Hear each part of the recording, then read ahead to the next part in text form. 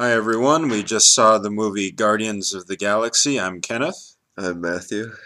Guardians of the Galaxy is a sci-fi movie about Han Solo teaming up with Raccoon Han Solo, the Iron Giant, the Blue Lady from Avatar, and a wrestler to defeat a bad guy who wants a stone so that he could destroy the galaxy.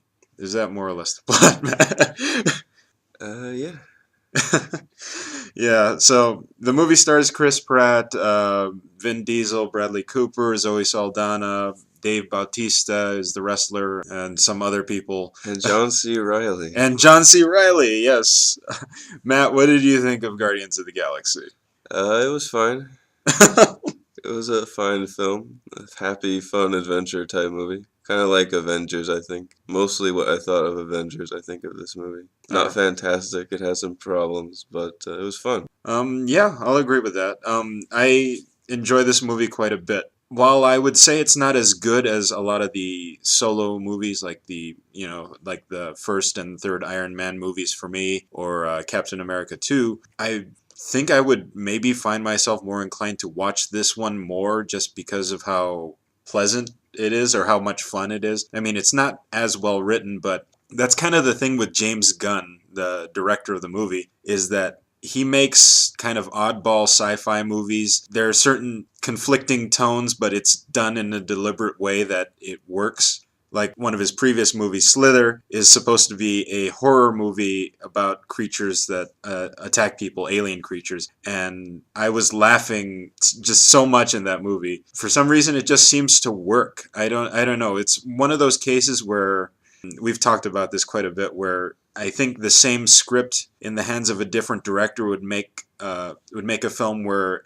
it seems the tones are very conflicting, but James Gunn seems to just know how to make a rather humorous movie that still has heart to it. I think the character dynamics make it fun. They work together in weird ways. There's a great prison escape sequence where they're all doing their little things to help out, and it's fun. What else is there to say about it?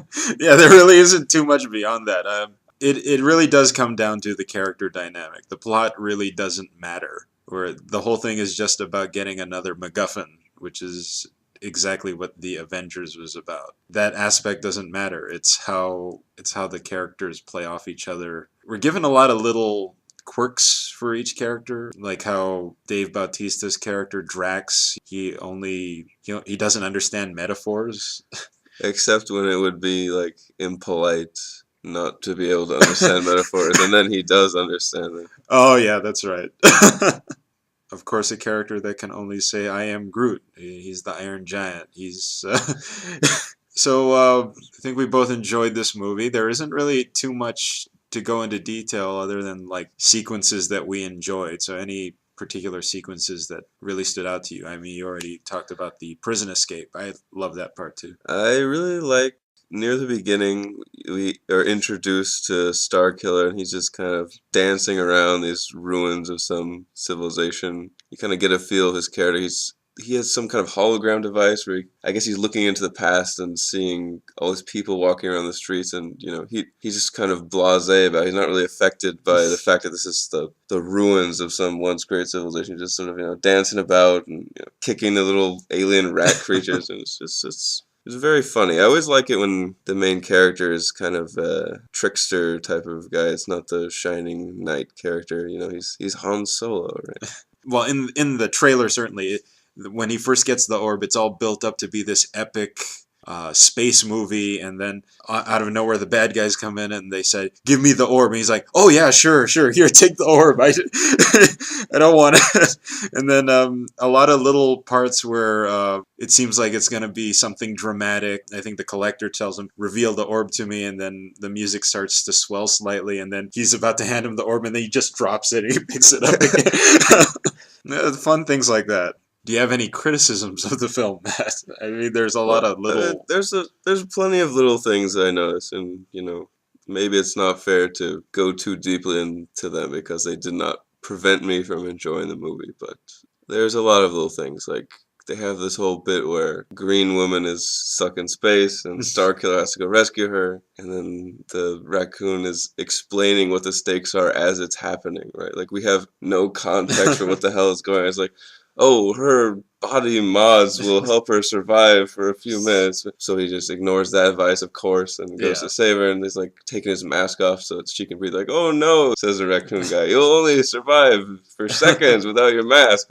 They just don't do a very good job of setting up the rules of the world and what That's it's true. like to be out in space. Like one part before that, you see him flying out of the prison on his own in space, and his hair is exposed. So I guess maybe you could get from that there's some kind of technology that allows them to run around space for a couple of minutes, but I don't know. I feel like it's very sudden. Like they're trying to get you to care about what's happening at the same time they're explaining to you why you should care about what's happening.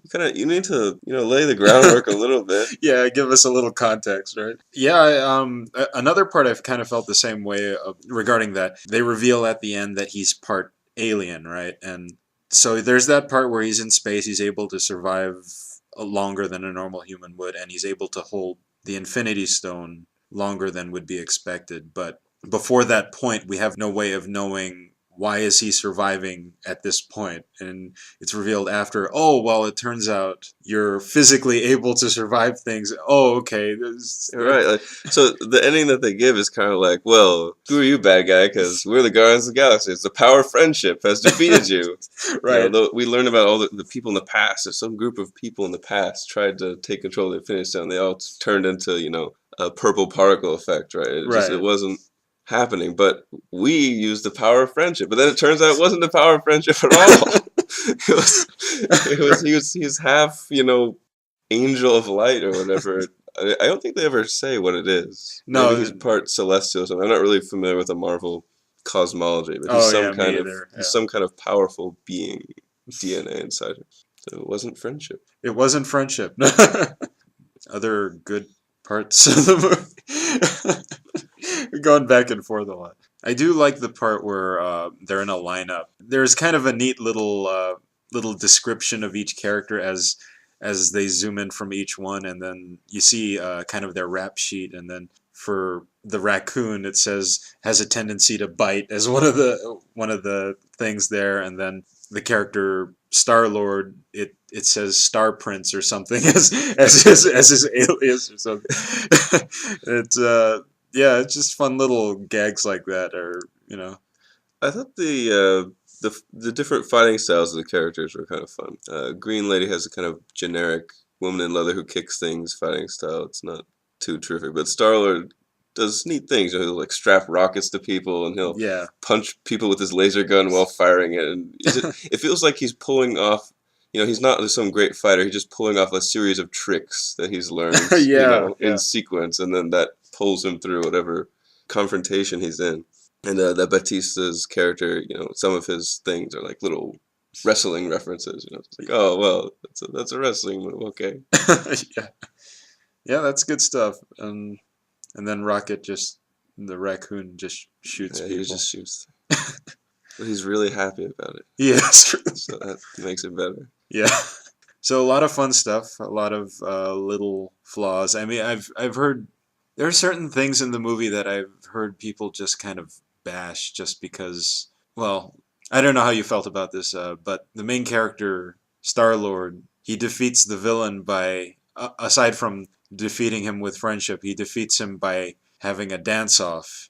And there he dances to distract the villain, and it's like it's something kind of out of Looney Tunes or something. And I think in any other movie that would just be the dumbest thing ever, and it seems just because of the way the movie sets up the tone, it seems to work really well. I mean, a lot of people, maybe we should go into a little bit the DC fans and the Marvel fans, because a lot of the DC fans, they kind of look at this movie and they're just like, that's a movie for children. He defeats the villain by having a dance off. I don't know. I think if you're really worried about whether the movie you're watching is for children and that's the criteria that you judge it by, then I think that is itself a little bit childish. I think you need to reevaluate why you're watching a movie. I think a bad movie that is trying to be more mature, right? So I think Man of Steel is a great example. Obviously, there were several meetings where somebody said, we're going to do Superman, but we're going to do it darker, right? It's Right, going to right. be more adult. Like all Mm. these Superman fans have grown up. Yeah, yeah. They want dark material, you know. It's gonna be like those Star Wars prequels, right? The third one was the best because it was the darkest. Right. But you know that doesn't make it good, and it doesn't even make it for adults, right? Because kids yearn to be edgy and dark and Right. serious, you know. If you fail at it, it can seem childish, like you're trying to live up to something that you can't reach. Like this is still childlike material. It's like a small child's way of imagining what a mature thing is like. It's with a lot of flashing lights and violence and people with furrowed brows, you know. Yeah. Well, now that we've alienated half of our fan base, yeah, there's a thread on IMDb. It's like tornado side versus dance off, which is dumber, and you kind of have to look at it in context. I mean, if you look at them isolated, it's probably Well, you know, I think the dumb thing about the way the villain dies is not the dance off. I think it's just a little bit generic. Like it reminded me very much of Thor: The Dark World. So you know, the big alien ship that's got the big bad guy on it. It's yeah. like this black monolith, and it Yes. crashes into the world. And the big bad guy is off the ship on the ground, and the good guys got to defeat him. And it's just like this. You know, Yeah. I've seen this before somewhere. Yeah. And it's just a little bit bland, I think. Yeah. But A such a little bit. colorful movie with so many interesting characters. The villain seems a little vanilla. See, I didn't mind that actually.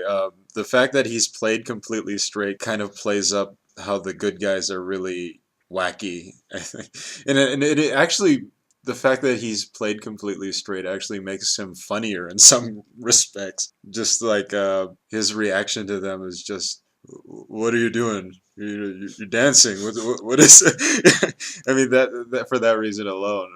Yeah, I mean I'm fine with it. But I see where you're coming from because that villain in Thor: The Dark World, I can't tell you one thing about him other than he was played by a Doctor Who. Oh yeah, I forgot about that. Krushika.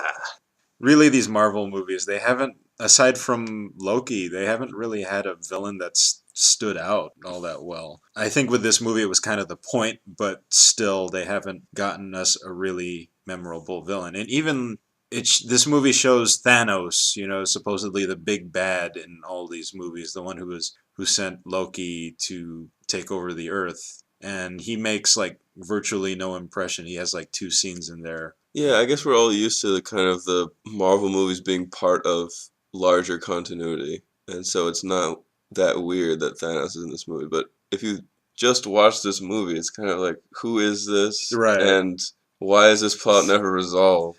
Yeah. Oh, the big bad guy's still out there, and the wrestler guy even says at the end, "It's Thanos that I really need to kill." Yeah. Oh, all right.